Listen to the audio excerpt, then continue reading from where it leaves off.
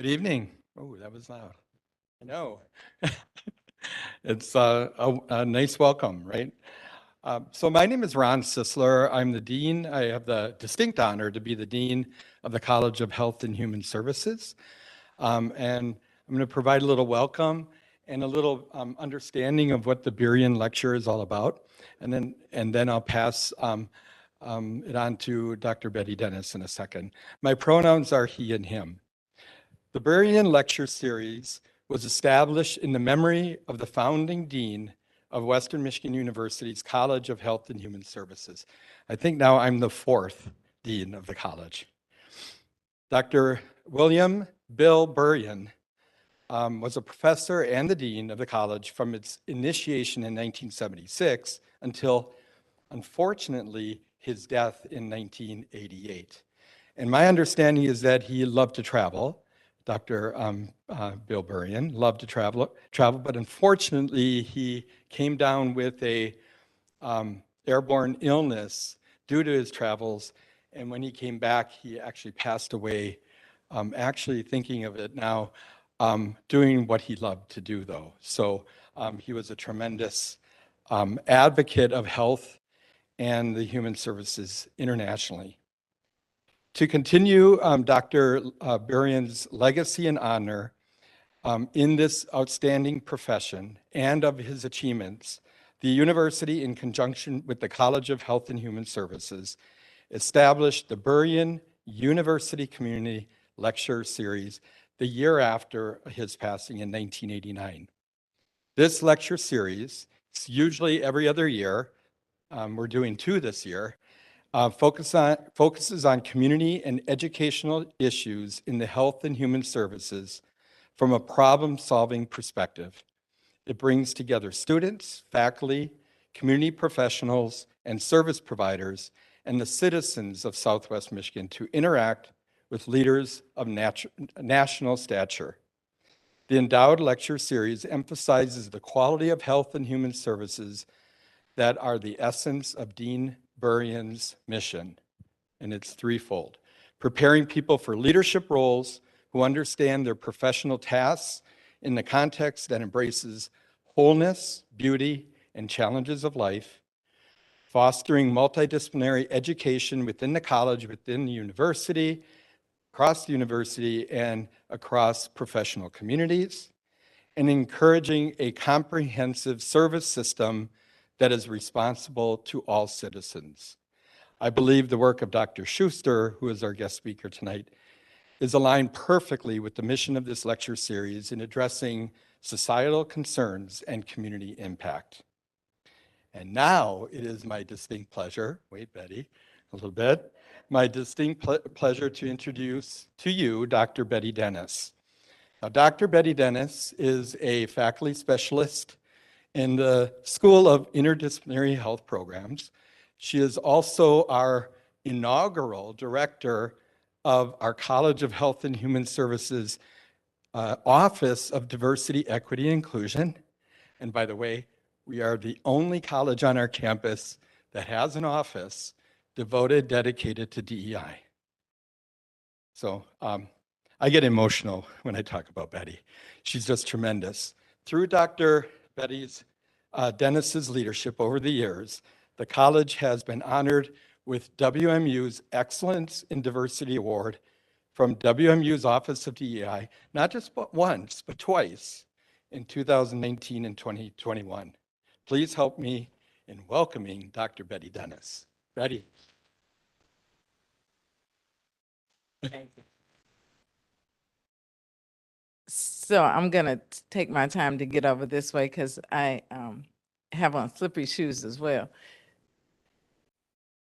So yes, I'm Betty Dennis, and it is such a pleasure to have you all here today. I am thankful. I'm truly thankful. I know that the weather is bad. You could have stayed home and you could have streamed, but you came out and for that we are truly thankful. I am thankful also to those who are streaming, and we're excited about what we're going to hear tonight. I have to do the thank yous to the folks who made this possible.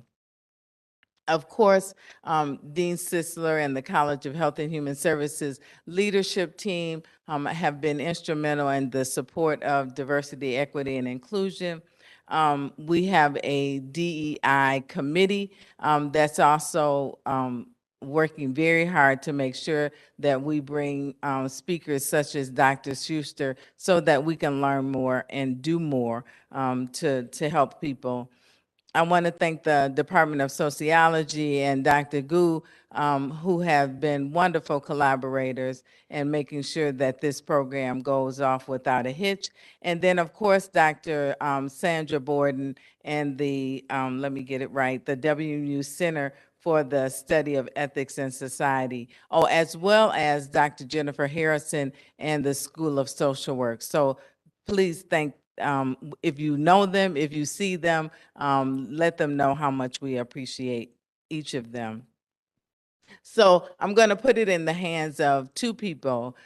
This presentation, you're going to hear me come back at the end. But Dr. Chien-Ju Gu is a professor in the Department of Sociology here at Western, and she specializes in gender, social psychology, and immigration. She's an author who writes about immigration history, gender and social relations affecting Taiwanese Americans and their mental health. So she's going to introduce our speaker. And then you're going to hear, after Dr. Schuster's presentation, you're going to hear from Dr. Melinda McCormick, who is an assistant professor in the School of Social Work. And she's also the editor of the Journal of Sociology and Social Welfare.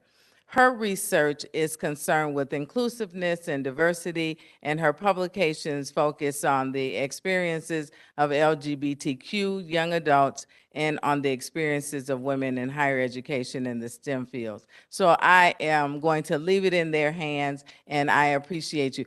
Also, thank you to Jamie, who is our ASL interpreter. Oh, thank you, Betty. Thank you, Betty. All right, good evening. I'm Dr. Chien-Ju Gu, Professor of Sociology here at Western. It's my pleasure to introduce today's speaker. Dr. Stef Schuster is an assistant professor in Lyman Bridge College and the Department of Sociology at Michigan State University. Their current research in gender, medicine, and family science and technology studies considers how evidence is constructed, mobilized, and weaponized, which is the subject of their book, Transmedicine, The Emergence and Practice of Treating Gender, which was published by the NYU Press in 2021. In the book, Transmedicine, Dr. Schuster traces the development of this medical field from the 1950s to modern medicine to show how providers create and use medical evidence to temper uncertainty, treat a gender identity, and uphold their authority. Dr. Schuster's work in transmedicine has appeared in journals such as Social Science and Medicine, Journal of Health and Social Behavior, and Gender and Society. Now let's give a warm welcome to Dr. Schuster.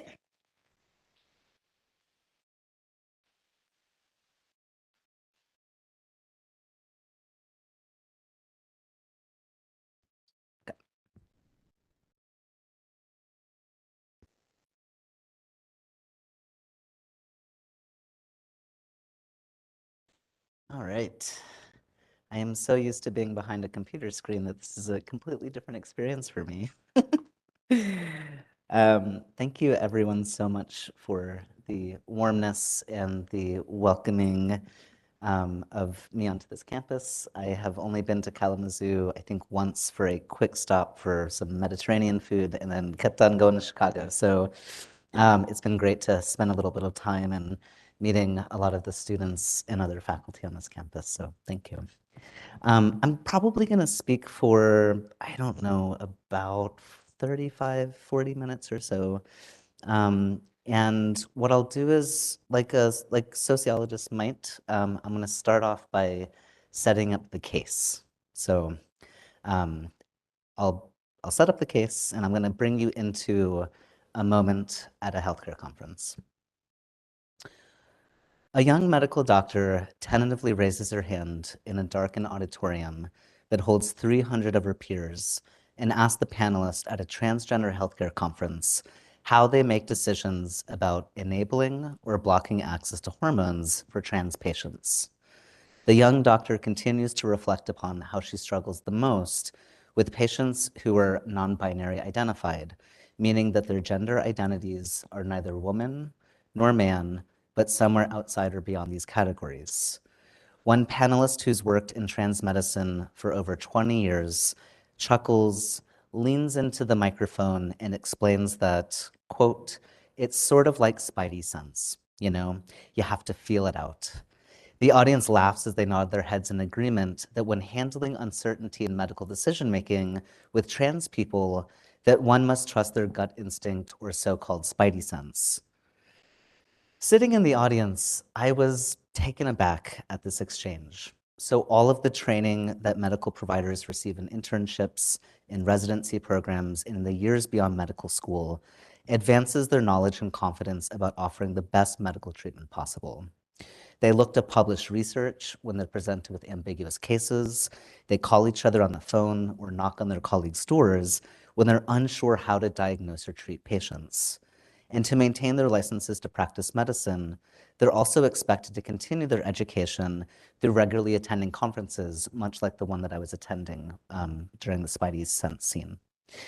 All of these activities help providers develop a gut instinct about making medical decisions when managing uncertainty. But what factors, what social factors are at play in developing and using gut instinct?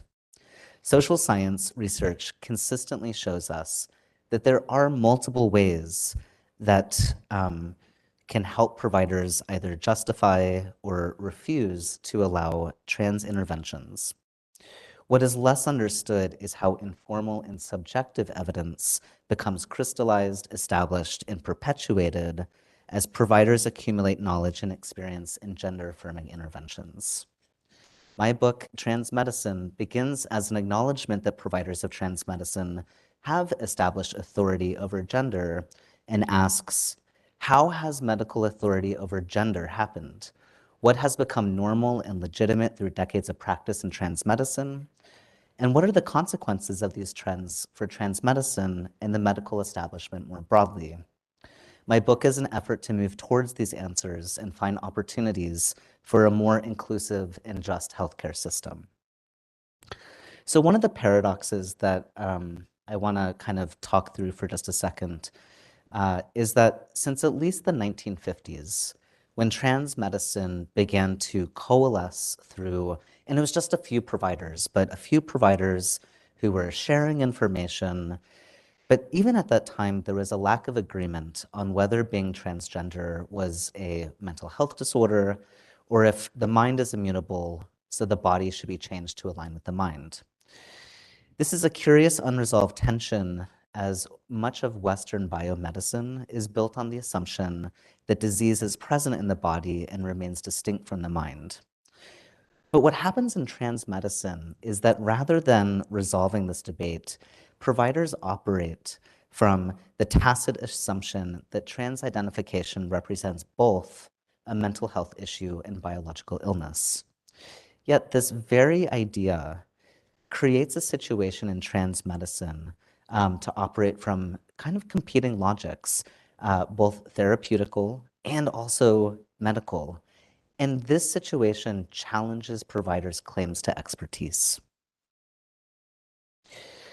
Because I cannot speak for hours as much as I would love to, I'm going to really take us into chapter 5 of the book, just to give you a sense of the kinds of things that I'm thinking about, some of the major findings, and so that you have a sense of how I'm approaching the topic of trans medicine.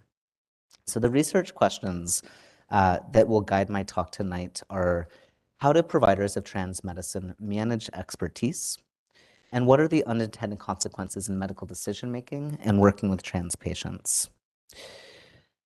It became clear to me that when trans people show up in their clinics what providers describe experiencing is like an existential crisis.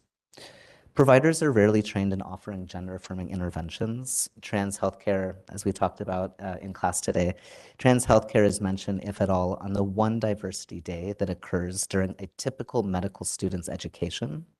So this lack of direct training, combined with most providers not having enough hands-on experiences or opportunities to really establish a body of medical knowledge to draw upon in trans medicine, raises so much uncertainty for both physicians and therapists.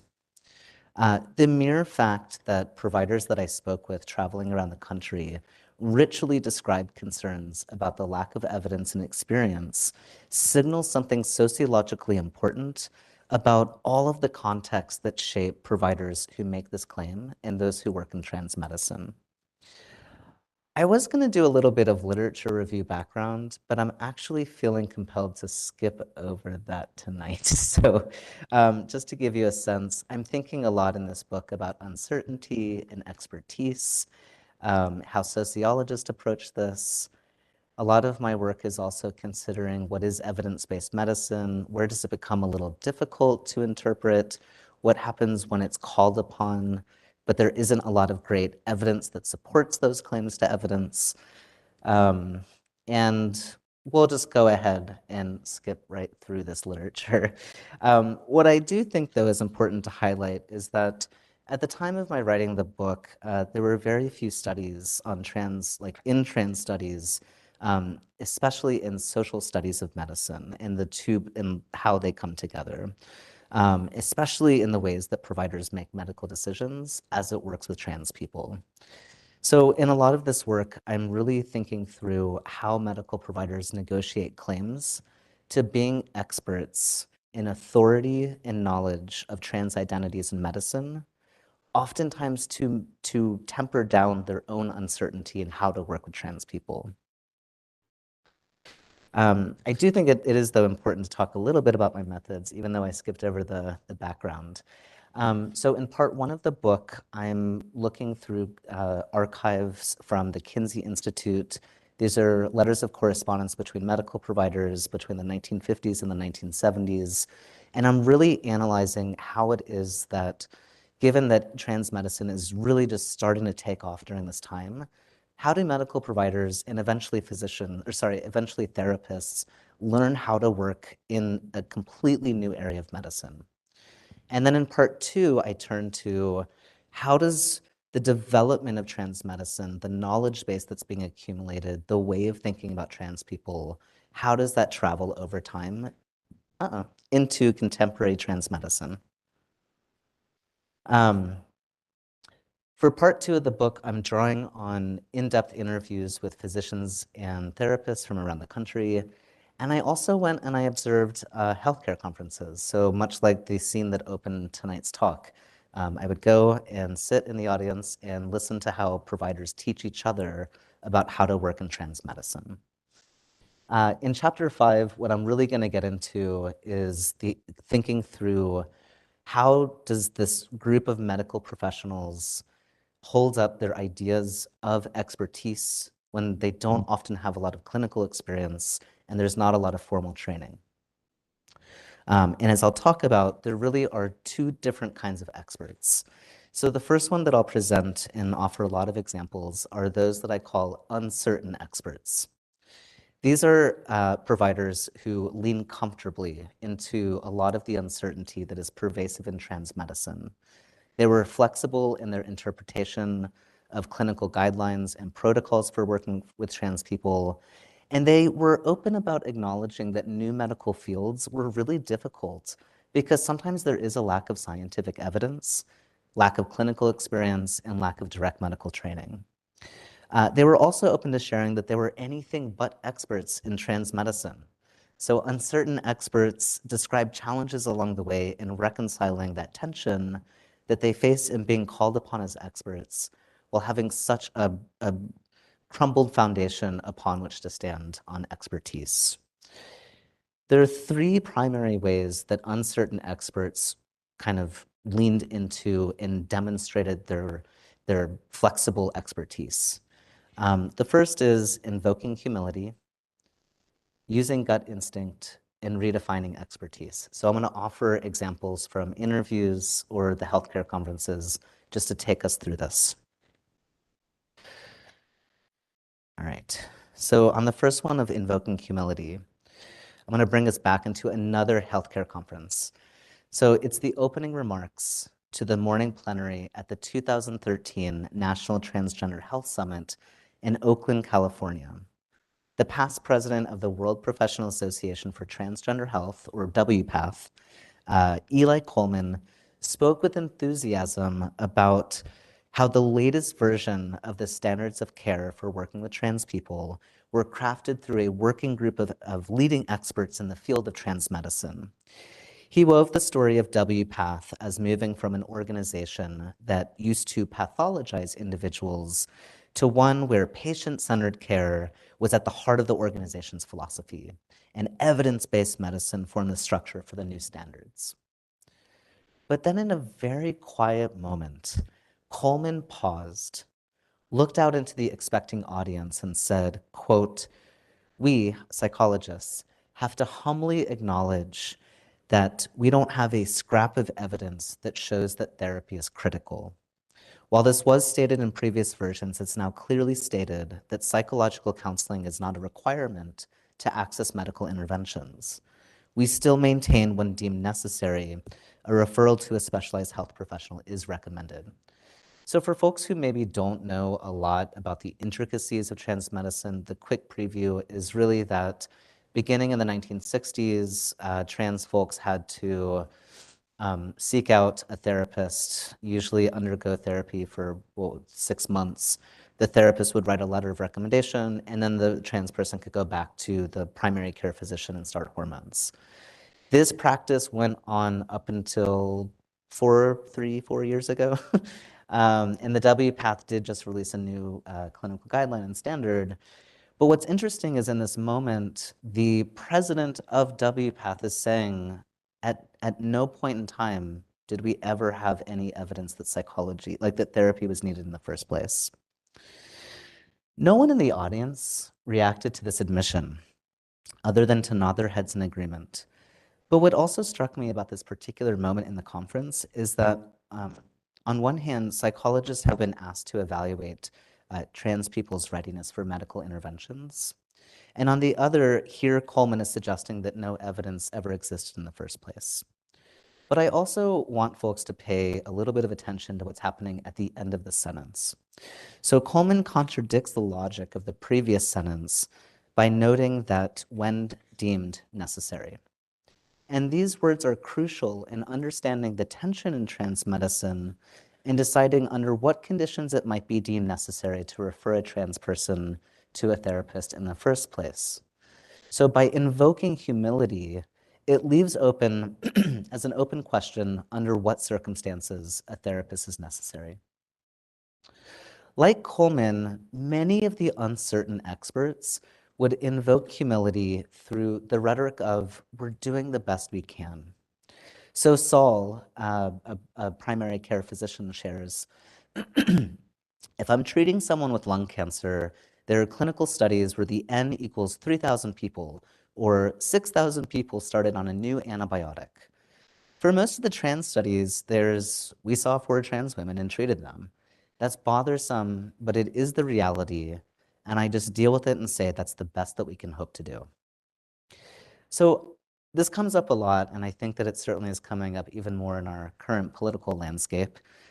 So I just want to be clear that there are studies published on the efficacy of surgical techniques, the effects of hormone therapy on trans people's bodies.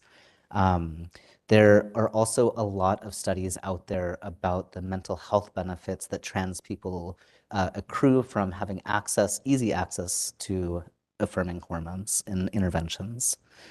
But a lot of those kinds of studies do very little to help providers address how and when to initiate, continue, or block access to hormones, or how to interact with trans people. So another way that uncertain experts would kind of demonstrate their uncertain expertise was also by using gut instinct. Janet, a primary care provider who has several trans patients, reflected, quote, providers don't like knowing things. To have something within the spectrum of my specialty that I don't know about makes me uncomfortable. Trans medicine definitely falls into that category, and I just sort of have to go with my gut and do what I think is best for the patient. I guess the last thing I want to say about the uncertain expert group is also how some of these providers are trying to redefine expertise. So, sorry, and also my staging area right here is a little small, so I feel like I'm trying to grapple with a lot of things. All right, so Amelia, no, you're fine. Amelia, a gynecologist, is taking me through the first step in the redefinition of expertise. And recognizing a lot of the broader structural problems in the amount of evidence and the uncertainty that permeate trans medicine. So she reflected, I would say the biggest challenge for me is the lack of knowledge and experience. And some of that's reflective of the field itself, as trans medicine is based on a lot of theory and conjecture. I want to note that Amelia is a gynecologist who has been working for over 15 years in trans medicine.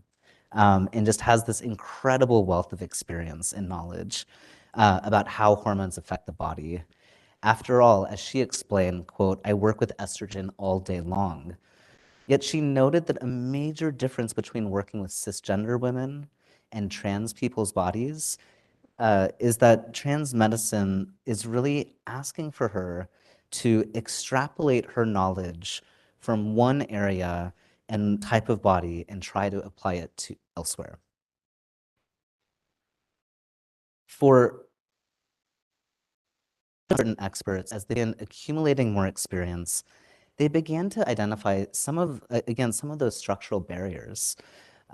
So Brandon, a psychologist, reflects, for younger psychologists that I train, I teach them that in trans medicine, our job is to help people navigate the complexities of the impact of social inequalities on trans people's lives and help them figure out how to cope with, as best as they can, the reality of their own lived experiences and circumstances. We need to acknowledge that, in fact, there isn't something deficient or wrong with them. So a lot of these providers, the uncertain experts, are offering, what I'm saying is that they are offering us a glimpse into alternate ways that providers can both maintain their expert status, but also they have to engage in creative workarounds to professional expectations of knowledge, experience, and evidence. But many admitted that there was a problem with the lack of scientific evidence and clinical experience. And they made sure to acknowledge that trans patients were not the source of the problem, which is sort of foreshadowing the next group of experts. Instead, they became critical of those who presented with an expert front. In comparison to uncertain experts, self-assured experts were unwilling to bend the rules and challenge taken for granted assumptions about the profession of medicine and medical authority. Self-assured experts were more beholden to the tenets of evidence-based medicine, the clinical guidelines that exist for trans medicine, a lot of the standards of care, where decision-making is presumed to be objective and standardized.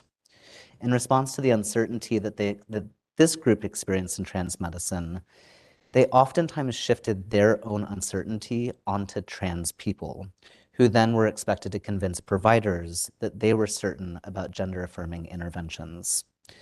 So I'm going to present 4 different ways, if we have time. I think we have time. 4 different ways that self-assured experts demonstrated their expertise.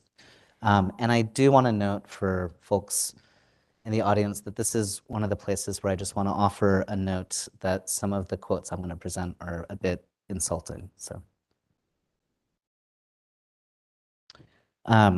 okay, so self-assured experts, one of the ways that they did that is they would leverage the language of scientific evidence, but presented it to be fact. And that was partly to bolster their claims to expert status.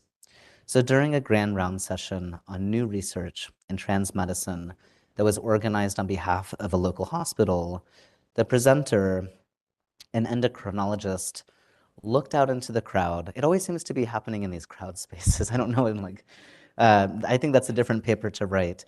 This endocrinologist looks out into the crowd of both new and seasoned medical providers and began his presentation by asking, what is the easiest way to change someone's gender?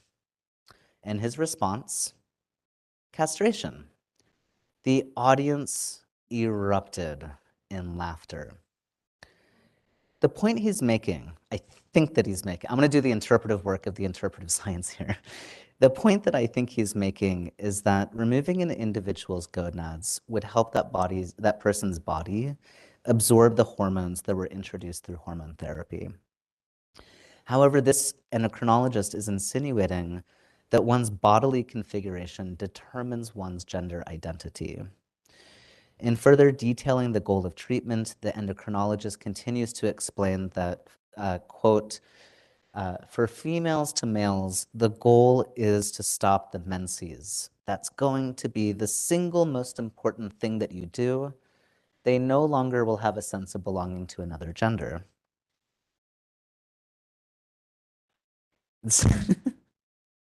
The message seems to be that, at least for trans men, if you inject a little testosterone, add in a swagger while walking, top it off with a hint of musk and some increased muscle mass, and voila, you have a man. But these ideas about gender that are understood through a medical perspective and supported by gender stereotypes become packaged as scientific fact. Self-assured experts tended to reinforce that the only way to transition is to seek medical interventions and to move from either woman to man or man to woman. Any other possibility of gender identification is regarded with suspicion. Non-binary people in particular were frequently called to account for their certainty in pursuing medical interventions. So in confronting non-binary people in the clinic, a lot of the self-assured experts sought to reconcile their uncertainty, again, as I said a few minutes ago, by passing along expectations of certainty onto their patients.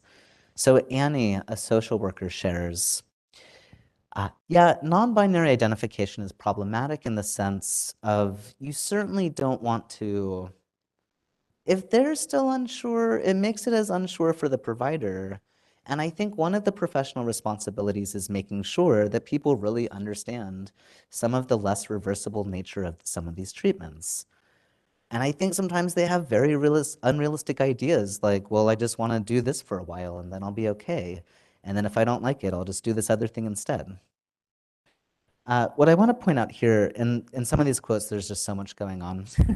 But what I want to highlight here is that portraying non-binary people as uncertain and unrealistic, Annie is using a worthiness narrative to make sense of trans people. And this is something else that comes up in part 1 of the book, but as some of the providers are suggesting, non-binary people who want to so-called try out trans medicine are therefore not worthy of the medical community's attention because they're not demonstrating a commitment to permanently staying on hormones. Yet understanding non-binary people from this perspective, medical providers can uphold their expertise and authority by blocking those patients who they label as uncertain about their gender identity. Okay, I'm gonna keep moving. Usually this is the point where I hit the pause button and ask if there's any questions, but we'll keep going and have questions at the end. Okay, so another way that self-assured experts held up their expertise was by mandating normative subjects. So how medical professionals present information to each other, from those Trans 101 workshops to discussions of surgical success stories, leaves little room for ambiguity in clinical practice in what role medicine has to offer in working with people in socially constituted gender identities. So Evan, a family care physician, says, you know, when I get a patient who does not have a clear, solid gender identity or goal of changing, I'm concerned about what is my role. I'm the medical person. I'm not the therapist. I'm not the social worker. I'm not the support groups. I'm not the social service people. So those are the folks, he's talking about non-binary people. Those are the folks where I don't know that medical transition or stopping of current gender presentation is the right way to go. And even if they understand, I'm just not exactly sure that medication is the next right step for them.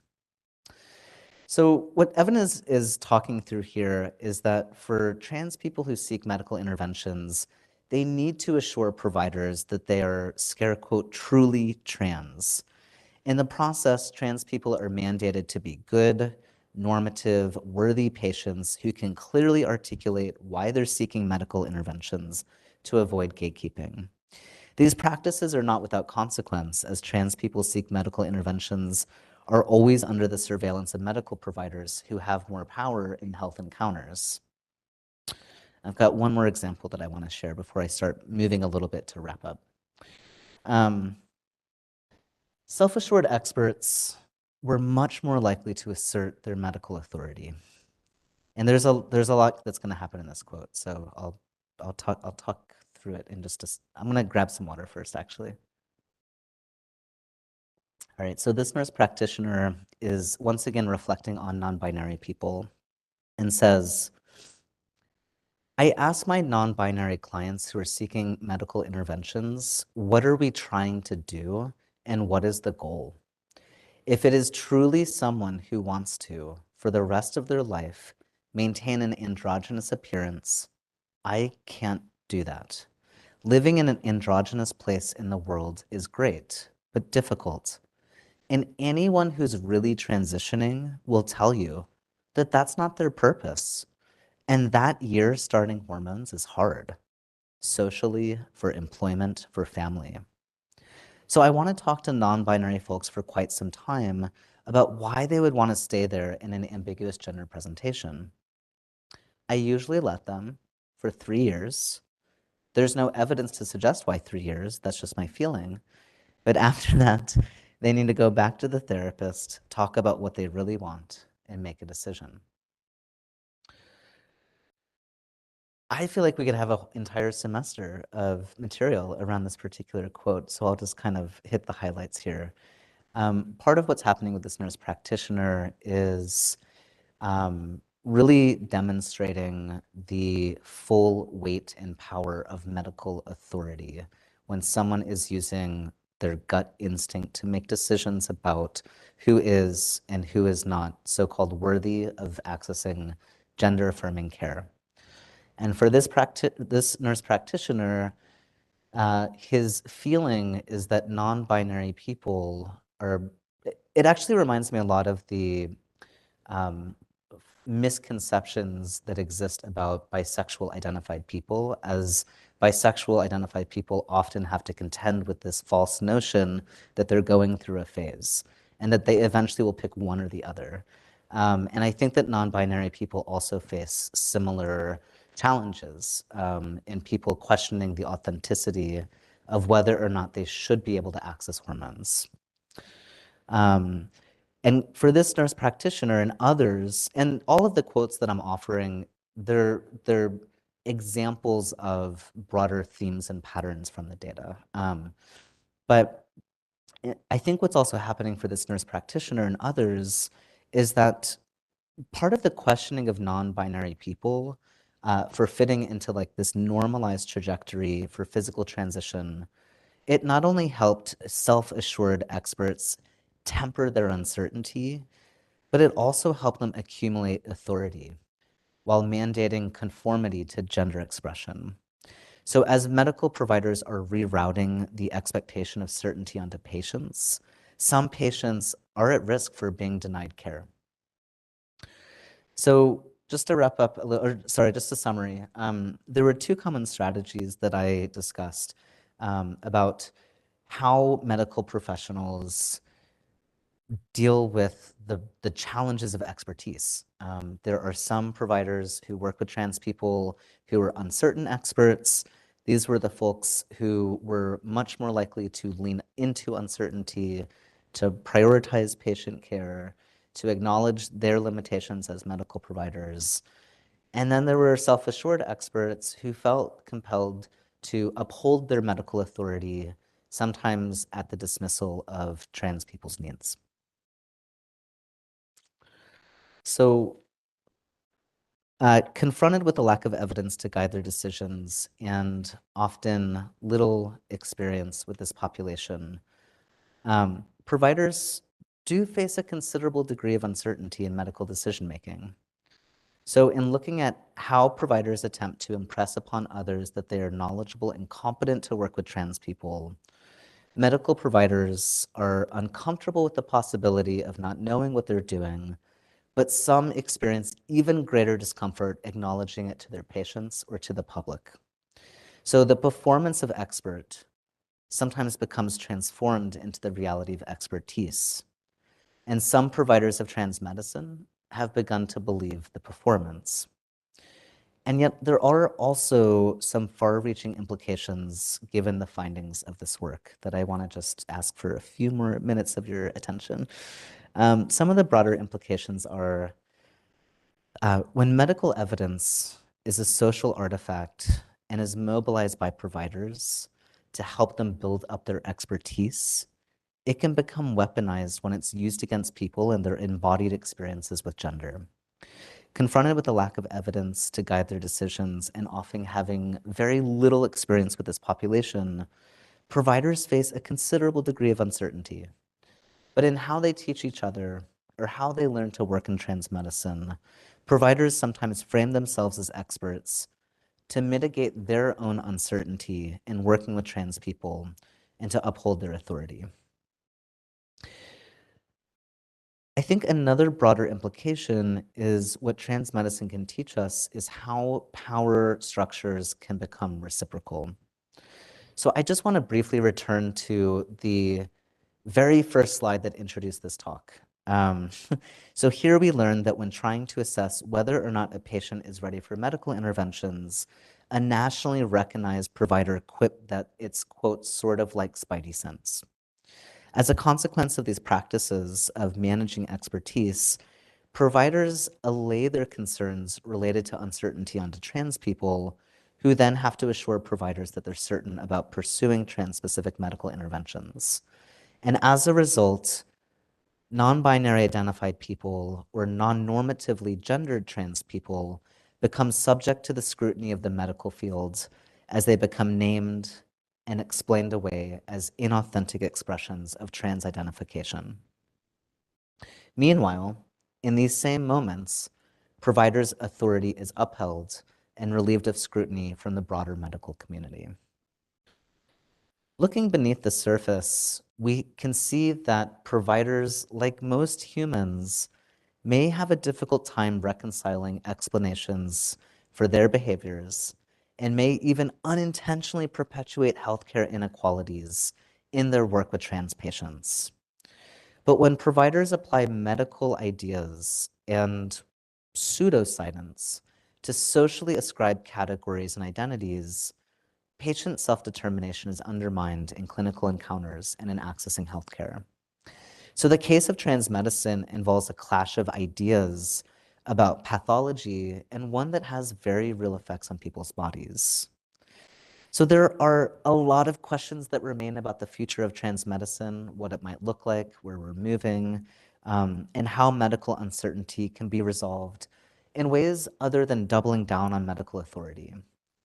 I think it's uncertain experts that offer us a glimpse into different ways that providers can proceed through uncertainty, even while they feel challenged in their sense of themselves as experts. But the findings presented over the arc of this book are also suggesting that, especially for the self-assured experts, that they need to refine their thinking of trans people as a puzzle to solve or a problem to fix, and with little scientific evidence to support choosing one course of action over another, which often is enabling or blocking access to hormones or interventions, that providers need to become more flexible in navigating professional norms and to begin placing more trust in their clients as the experts over their own bodies and identities. So thank you very much.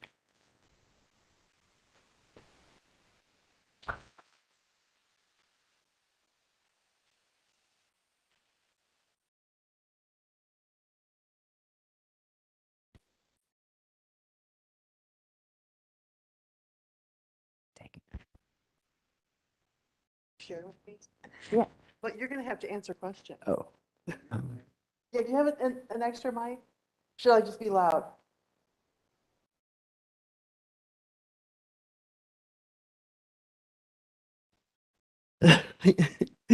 Hi, I'm Melinda McCormick from the School of Social Work.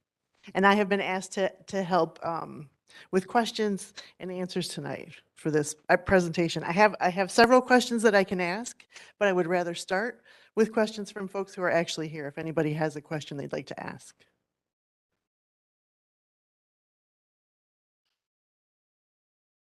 So I was mesmerized, and I could have listened for another 45 minutes or more. Just a comment. And you challenged my logical thinking, which is really good. Nice. Thank you for sharing. So I sort of hate having a microphone because this is not a well thought out question. It's just something that's kind of knocking around. You passed over the slide on evidence-based medicine.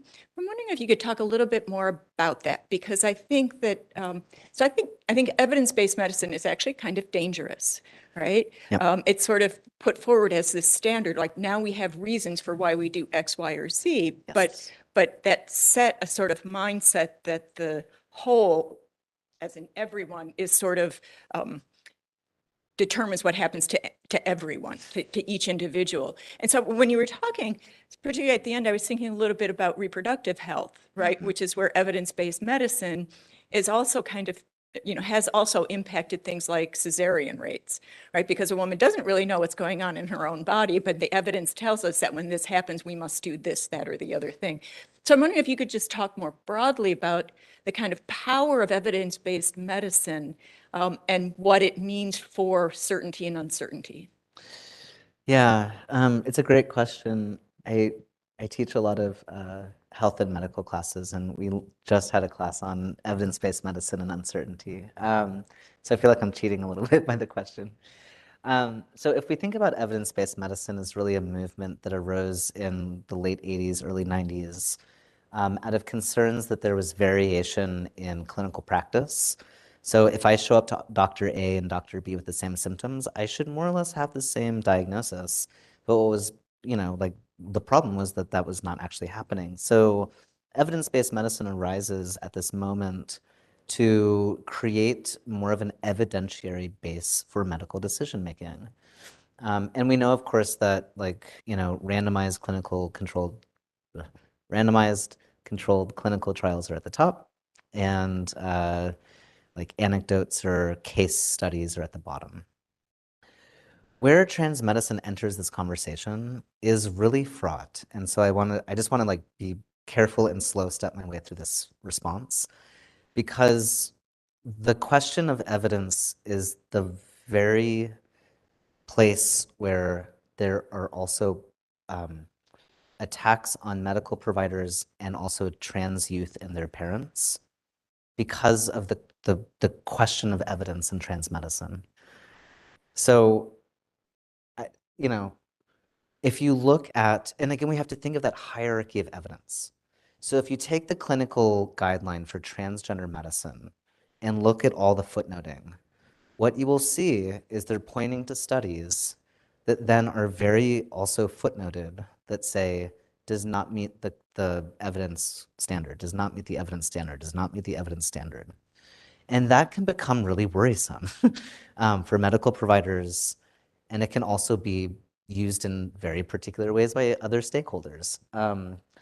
So why evidence-based medicine is supposed to help alleviate uncertainty is because it gives people, especially newer providers, like there's one person who referred to evidence-based medicine helped her feel like she had a handrail to hold on to. It guided her through the process of how to work with trans folk. But where they get concerned like providers get concerned sometimes, is that the evidence itself is not meeting the same standards that they're hoping to see it rise to the occasion, right? So like, I think that's one, so the thing that's supposed to help them with their uncertainty is actually creating more uncertainty for them. Because all of a sudden they're thinking, wait, if this doesn't meet the standard, the gold standard, does that mean that I shouldn't be doing this? Like, does this mean that there's not medical consensus? Like, so even though evidence-based medicine itself is supposed to help quell uncertainty, when there's a lot of uncertainty in the first place, it can actually like exacerbate it. Um, so that I think is where evidence-based medicine really comes into this conversation. But you're right, like the other thing is that evidence-based medicine is attempting to standardize. It is attempting to create a step 1, step 2, step 3. And there's some providers who will say, I absolutely am following every single step as it shows up in the guidelines, step 1, step 2, step 3, you know. But there's others, so like this is where the flexibility or like the doubling down on authority really comes out. So for people who are, for providers who are more flexible, they're more willing to say, you know, like, oh, I had this one patient come to me who could not afford 6 months of therapy. And like, I'm not going to make this person go through 6 months of therapy just because the standard says that they should before they can access hormones. They're never going to access hormones because they can't afford 6 months of therapy. So there are some providers who are willing to like bend those rules, but others are terrified of it because they don't want to break the rules. But the biggest problem is, how do you standardize trans medicine? Like I say this with glee and pleasure. I feel like every time I turn around, there's another gender identity. And I'm like, I don't know what that one means, but I'm so excited that it exists, you know? How do you standardize like a gender identity that is just exploding? You know, like there's gender fluid, gender queer, gender shiny, like so many genders. So by definition, trans and non-binary people are, through our gender identities, also challenging like the very premise of evidence-based medicine. So, yeah.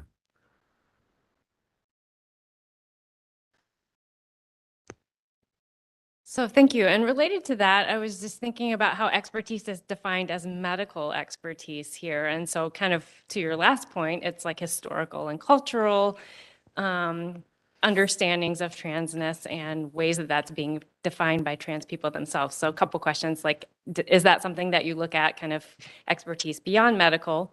And then also, are there trans medicine practitioners who are trans themselves who are part of your research? And is there anything to glean from that data? Yeah. So I will say, and I think that this will likely change in just the coming years. But if we know how systems of education work to keep out some marginalized people, like we have to understand that like trans and non-binary people, you'll see the retention rates get smaller and smaller and smaller the higher and higher and higher you go.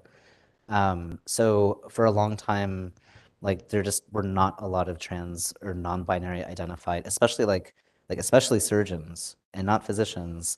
Like there were a little bit more in therapy, but not necessarily like on the physical provision side of trans healthcare. I do think that that's changing, partially because it might just be in numbers, like there's more people who identify as non-binary and trans, so therefore you would anticipate seeing more going into medical school. But it is troubling that there are so few still. And so a lot of my data, the interviews that I did with physicians and therapists, almost everyone was cisgender. There were a couple of queer identified people, but mostly were also heterosexual. It was at the healthcare conferences where I started seeing a little bit more variation. But again, more on like the therapeutic side of this conversation. And the nurse practitioner, who is one of the last ones quoted, was a member of the trans community. And for me, that's also what made it like really heart heavy. Because as a social scientist, when I'm collecting data, I'm trying to just collect data and think about it and process the patterns.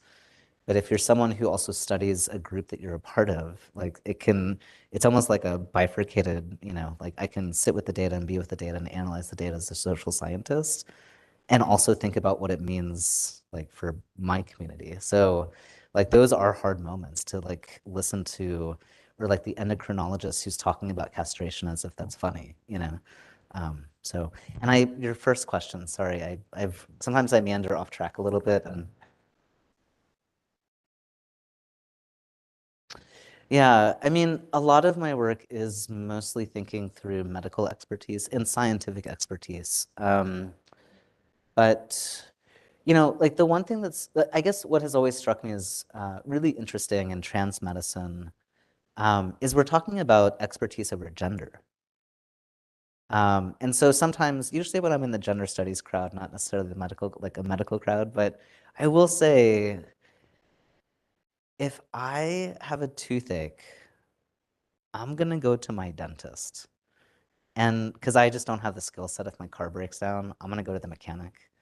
And if I have a legal problem, I'm going to the lawyer. But if I have a gender question, I would probably go to the gender studies professor. Oh, are you a gender studies professor? I swear that's not set up at all. Like it doesn't actually make a lot of intuitive sense. Like I have a gender question, I'm going to go to a doctor. Because a lot of times doctors are not trained in like gender expression, gender identity. And so it's a tension. And it's a tension that will exist in trans medicine. So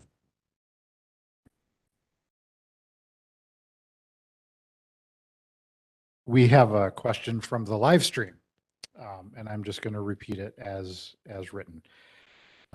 How do you understand and place the current deluge of anti-trans healthcare legislation in the context of trans medicine as you discuss in your book? yeah, I mean, I worry. I worry about medical providers being dissuaded from continuing to work with trans people. I worry about medical students being dissuaded from pursuing, even reading a book on, trying, because again, we have to remember that most medical programs do not have a lot of trans-specific training. So a lot of folks will have to seek it out on their own rather than having it just baked into the curriculum. So I worry that it dissuades medical students from pursuing, furthering their education. I worry about the we were talking about this in class earlier. So from a sociological perspective, the American Medical Association has a long history of absorbing challenges. They put a lot of money into lobbying and efforts to protect their own. And I don't understand, where have they been in these conversations? I don't think that the AMA has done the best job, and providers' licenses are on the line. There are some providers working in some states where they can be imprisoned or being threatened with imprisonment. And I don't know where the AMA is. And I find it really disappointing. I think like that's one of the implications. And I want to put that right up front because a lot of my work I think it leans more critically on the medical profession to do better. But I also acknowledge like providers are humans too. I actually have to as I was writing the book, I had to remind myself of that. Because when you sit in the data, especially the data that's hard, where it's violent and insulting, like it's hard to remember that this is a human who is making mistakes and is also structured by inequality. So, but I think that also the group that I worry the most about are the kids, trans kids, or gender nonconforming kids, or gender variant kids, or I mean, there's so many different kinds of kids who fall within this bucket of kids who are getting attacked right now. But I don't, like, political backlash is not spontaneous. So it makes sense that, as more kids, just learned one person who has a couple of younger kids who has like this whole lovely network of other friends who all identify as trans or non-binary. And I think that that is becoming more and more common. More and more people are identifying as non-binary and trans. And yet it's not spontaneous that at the same time that we see more kids celebrating gender diversity, that we also see like this pretty strong arm backlash in the books that they have access to, in the providers that they can see, in how they can manage their bodies, and even what their parents can do to support them. So like, it's